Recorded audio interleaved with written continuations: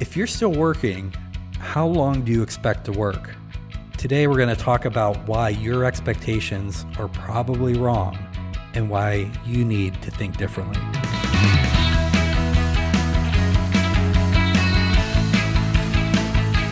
Glad you're with us for another edition of Retire Smarter. Walter Storholt with you alongside Kevin Kroski. He is the president and wealth advisor at True Wealth Design. We're online at truewealthdesign.com. Find past episodes, schedule a 15-minute call with an experienced advisor on the team. Everything you need, truewealthdesign.com, the place to go. Kevin, good to be with you once again. Looking forward to continuing our series about the book, What Retirees Want, and your takeaways, analysis, and picking apart of that book. But before that, just hope everything's going well in your world. Yeah, everything's great. Kind of the same MO for me. It's work, it's family, maybe a little bit of time for myself and my wife together, and then, lather, rinse, repeat, which candidly, being a bald man, I haven't had to do for a couple decades. Oh, poor guy. But life is good. I can't complain. So I'm okay with the baldness. No sympathy needed. It does open up lots of good opportunities to poke fun at yourself, though, doesn't it? Yes, it does.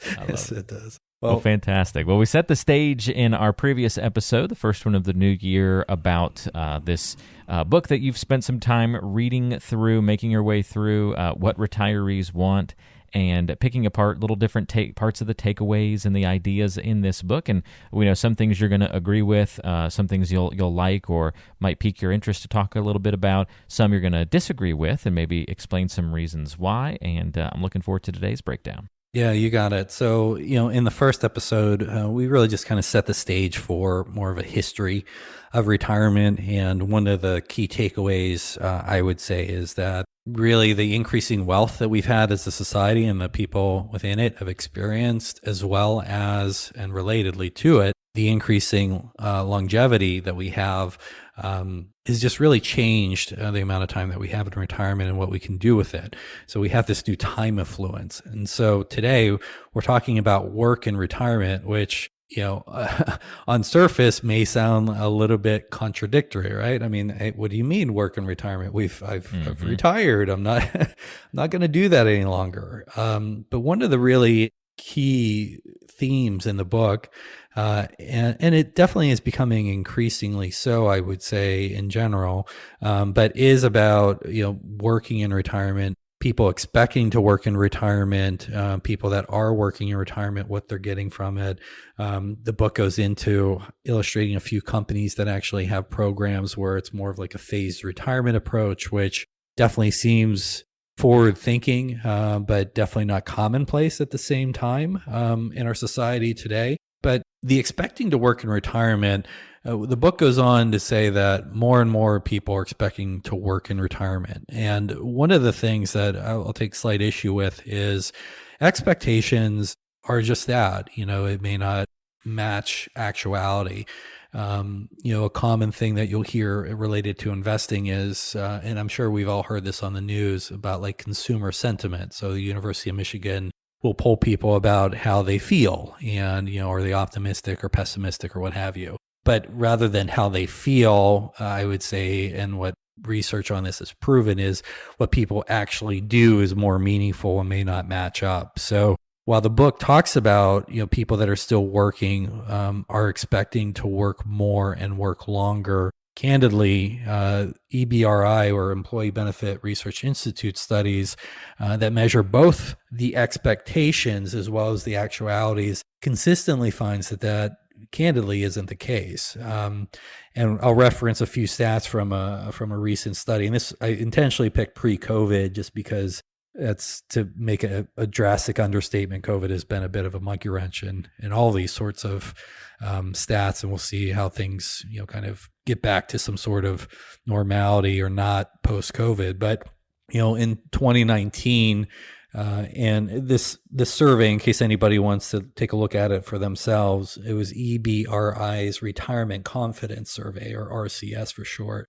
And what they found was that 48% of retirees found that they left the workforce earlier than they planned. So almost 1 in 2 retirees left the workforce earlier than they planned.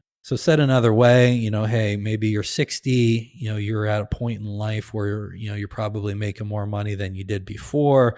Maybe you're in a pretty good spot at work and overall happiness. And you're thinking to yourself, hey, I mean, I'm in a good spot. I can keep doing this until 65, maybe 70, who knows? But on average, that really doesn't happen.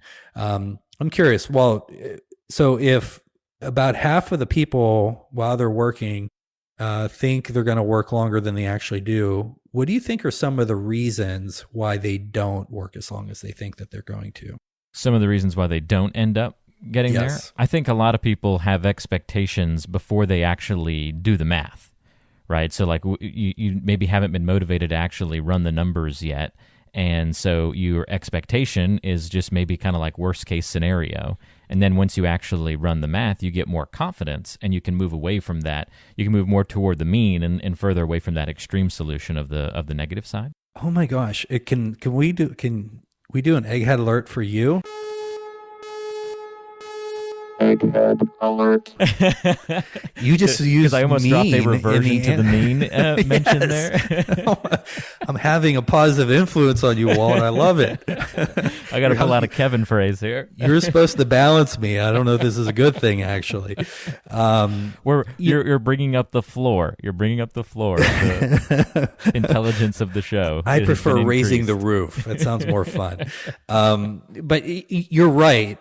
What you said is, I would say, a third of it is right. So there's kind of three broad categories why people, have those, expectations, but it doesn't hold true. And the one that you really just intimated was, hey, we can afford it. We didn't realize it before, but we've kind of crossed the financial independence finish line.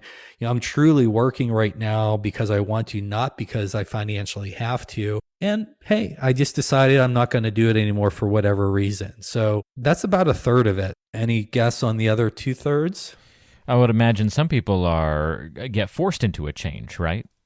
We can't ignore that. When people start getting to that retirement age, they get either encouraged or forced into retirement, perhaps. Yeah, and I think that's a good way to. I hadn't thought of that, the forcing, but both of the other two reasons I'm going to share, I think you could put under that forcing umbrella to a certain degree.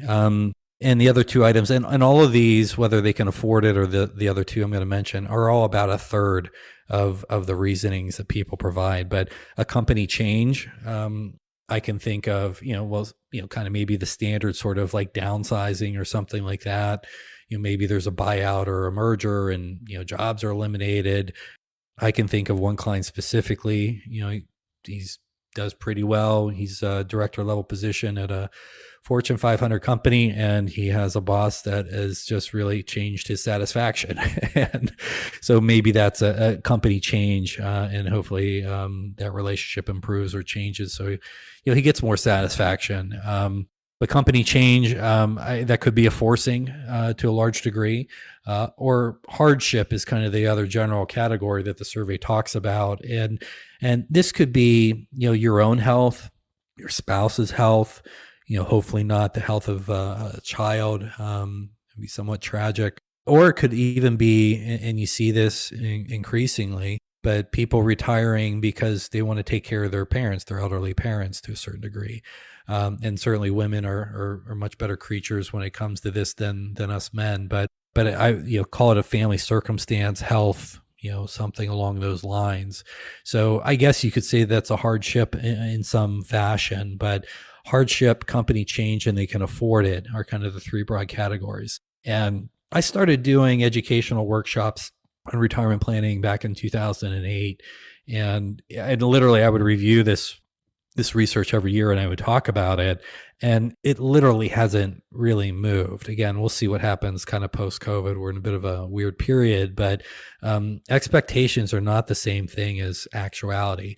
From a financial planning standpoint, one of the risks and caveats I'll mention is that, you think about the last few years of your work, again, typically they're your highest earning years, probably the highest saving years, knock on wood, the kids are out on their own, financially independent. The mortgage is paid off. You're socking away a lot in the 401k or 403b, maybe some additional outside of it in your joint account or trust account, maybe even some Roth IRAs.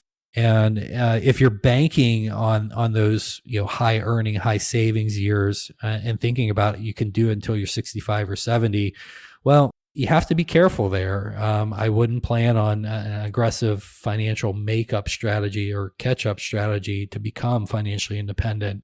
It's one of those things where it's kind of a fine line between present consumption and making sure you have enough for the rest of your life. But this stat about people thinking they're going to work longer than they actually do has been quite consistent for decades now. So while I think that's incredibly important to remember, again, I don't think it completely invalidates what the book is talking about. I haven't seen it mentioned in the book about the actuality. I see it more about, kind of more the consumer sentiment sort of survey about how long you're going to be working. But nonetheless, there were surveys, and I think we can extract some good information about why people who did retire but are choosing to still work, why are they doing it and what's making them happy? And from our own experience with having more than 300 clients, I certainly have a lot of experience with people doing this to varying degrees and varying roles that all kind of intertwine here. So a few broad categories, and this is one I've seen a fair amount of. But when this is kind of surveying retired workers on why are they continuing to work and how are they deriving their happiness. And the first one is returning to earlier career roles or passions. So we have a lot of engineers that we take care of. And a lot of times they start out as an engineer and they're doing engineering work and technical work. And then they progress up, the career ladder. And now, they're managing people and projects and maybe not doing the type of work that they were passionate about and brought them into that profession in the first place. Well, the good thing is a lot of times those skills, they can go back to doing them. They can shed that additional responsibility that they didn't like. Sometimes managing people is an often cited reason here as well. Not managing people tends to result in less stress and more satisfaction. And the engineers may go back and do some technical work. And whether it's as an employee, a contractor, I have a client that just finished writing his second book on lean manufacturing, and he does a lot of speaking and some consulting. But those technical professions, an architect as well, an accountant that likes to just do a little bit of tax prep work at tax time, to as much as he prefers to do, but not work the crazy 80 hours a week that he used to. These are all common examples that are cited both in the book and that I've seen in practice where, people do want to stay engaged, kind of the old unscientific way of saying about your brain, if you don't use it, you lose it sort of thing. I think all of that applies here. Certainly the money doesn't hurt, but money isn't the prime motivator. So returning to those earlier career roles, things that you're passionate about, not managing people, having less stress. I have one client, I just love the story. I have to share it, but he was in finance. He had a publicly traded company. He was at Lockheed, and he had a pretty high stress job, working on these big budgets for these government programs, and a pretty stressful position. And now he's working for the city, the local city. And what he would say is, he's like, no, I don't work there. I choose to spend my time there. Big difference. Yeah. Big difference. And obviously he gets paid and there's some benefits and all that is great and gravy. But it's a very clear demarcation in his mind and mine about what work was and what it is now. People would call what he's doing now work, but compared to what he was doing before, he has really no stress, and he's choosing to spend his time there. So I think those are all reasons. Those are reasons cited in the book. Something else that is cited is really just giving back to organizations or to the profession. I would also call this mentorship. I'm not overly familiar with different programs that may exist at some companies about this. You have a very experienced knowledge worker that they've accumulated all this information over the course of their career. And at least in my, third party view, it seems like a lot of these companies, it's just, hey, if you're not here full time and engaged, then you're not here anymore. And there's probably some growth and improvement that could be done in keeping people engaged and having some sort of phased retirement, but really being high on the mentorship and on the knowledge transfer. But candidly, I just haven't seen it. There are a few examples in the book, but they seem to be a little bit more isolated. What I will say, in contrast to maybe what the book talks about, well, you kind of get the sense and the feeling that, all these baby boomers that are retiring in mass are really not going to retire. They're going to have these encore careers and they're going to change the world. And I think, certainly some of them will. But maybe it's, we have, again, north of 300 clients. We've had, many of them that have retired and been retired for many years now. And we're from the Midwest. We tend to be nice, pleasant, kind, simple folk, if I can stereotype. But a lot of the ones that I've seen, they want to stay engaged. Sometimes it's small, fun jobs. If you could get that job at the golf course and you golf for free. I have a client that has a passion for plants and she calls it digging in the dirt. She likes to work at a nursery. I have another that just likes to work a little bit of retail around the holidays just so she can get a discount on shopping and on her Christmas shopping, even though she doesn't need it. It's just who she is. And she's got that sense of frugality and wants to have a little bit of engagement. We have a lot of healthcare workers that'll still do per diem work. They can go out and they can be a nurse on any given day and get paid to do it. We have several clients that, were pretty high up and successful at companies where, they have knowledge and relationships and they sit on boards today. They advise companies, I have a few actually that may be expert witnesses because of their deep expertise in their profession. So it's definitely wide ranging. But again, at least in our client base, and we have a pretty good experience with them, overall, and we have a fair amount of them, but it doesn't tend to be so world changing, so purposeful that, hey, we're going to go out and change the world. I will say that, I think men more than women, and I didn't do the stats on this or anything, but just anecdotally, I think men more than women will go back and do some work. Oftentimes, women tend to have better social circles and relationships more so than men, particularly outside of work. So, if you go back and think about Maslow's hierarchy of needs, we have all those needs, and work can go ahead and meet some of those needs, whether it's, security needs and having enough money and what have you, and esteem needs. But if you can have those needs met, but work isn't part of the equation, then I think work is less likely to be part of somebody's retirement, in my experience. I will say, again, anecdotally, I've had a lot of clients say that they're going to work in retirement and they don't.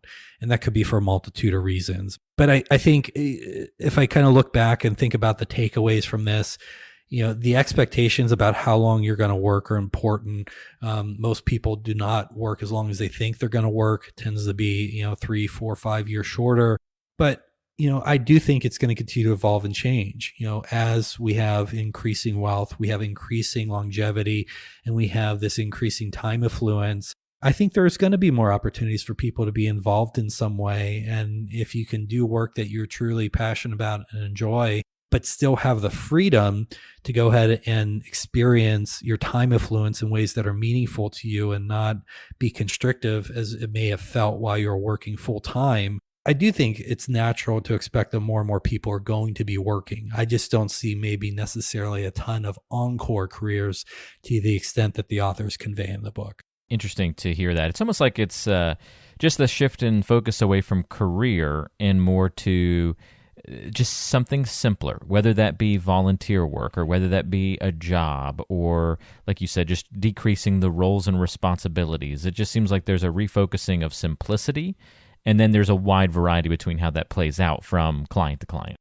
Yeah. Maybe not. No, I agree. I mean, I think I always say that, and I'll say it again, we're all snowflakes, right? We're all individuals. and everybody's a little bit different. And I think, we're different at different stages of our lives. And so it's a continual evolution.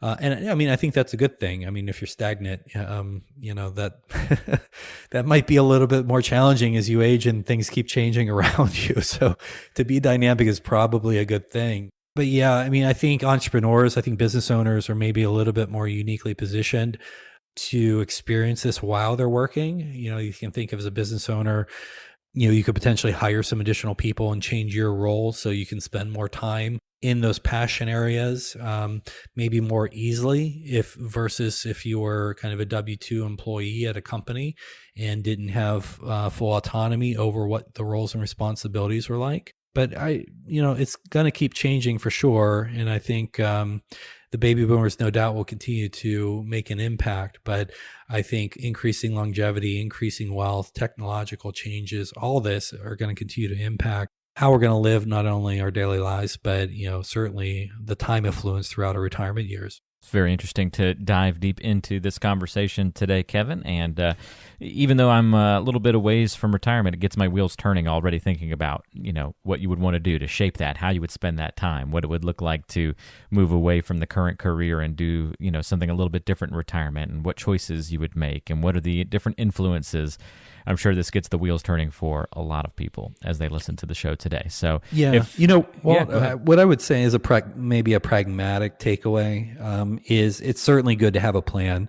If you think about if you're still working and you're thinking about how long you're going to work, or you're going to work maybe an encore career, at least from a financial planning standpoint, I wouldn't include that in kind of your base case in your financial plan. I would assume no work. But then if it is something that you do from a financial perspective, I would look at it, more so as icing on the cake. I had a client case this week where he's been retired a couple of years. He was fairly high up at Goodyear, a technical expert, and he got an offer to do a pretty interesting consulting gig for a tire company out of India. And, he's let me know about what he thinks he's going to make given how much time. And I'm like, hey, that's great. That's awesome. You could just tell in his voice, he's pretty jazzed up about it because, he could see how he could help. He could use his noggin, as he would say. And certainly the income doesn't hurt, but obviously we need to be aware of that. Now we got to change his tax planning and income planning for the year. All good problems for sure. But I guess if you're still working and you're thinking about how long you're going to work, be pragmatic about it, maybe be a little bit conservative, and then maybe have plan B where, you're going to work a little bit longer, or maybe have that encore career and some money attached to it. Great perspective and way to think about it. If this conversation today sparks something in your mind that you'd like to talk out a little bit more in a one-on-one fashion with an experienced advisor on the True Wealth team, very easy to set that up. In fact, you can schedule a 15-minute introductory call by going to truewealthdesign.com and click on the Are We Right For You button. Again, that's at truewealthdesign.com, and we'll link to that in the description of today's show. You can also call 855-TWD-PLAN, 855-TWD-PLAN, if you want to get in touch via the phone method as well. Kevin, thanks for your guidance through the show today and the discussion about this book. Once again, it's called What Retirees Want, and we're breaking it down over the course of several episodes here on Retire Smarter, and some more good takeaways today. And we'll look forward to chatting with you again on the next episode, Kevin. Thanks, Walt. All right, we appreciate it. That's Kevin Kroski. I'm Walter Storholt. We'll talk to you next time on Retire Smarter.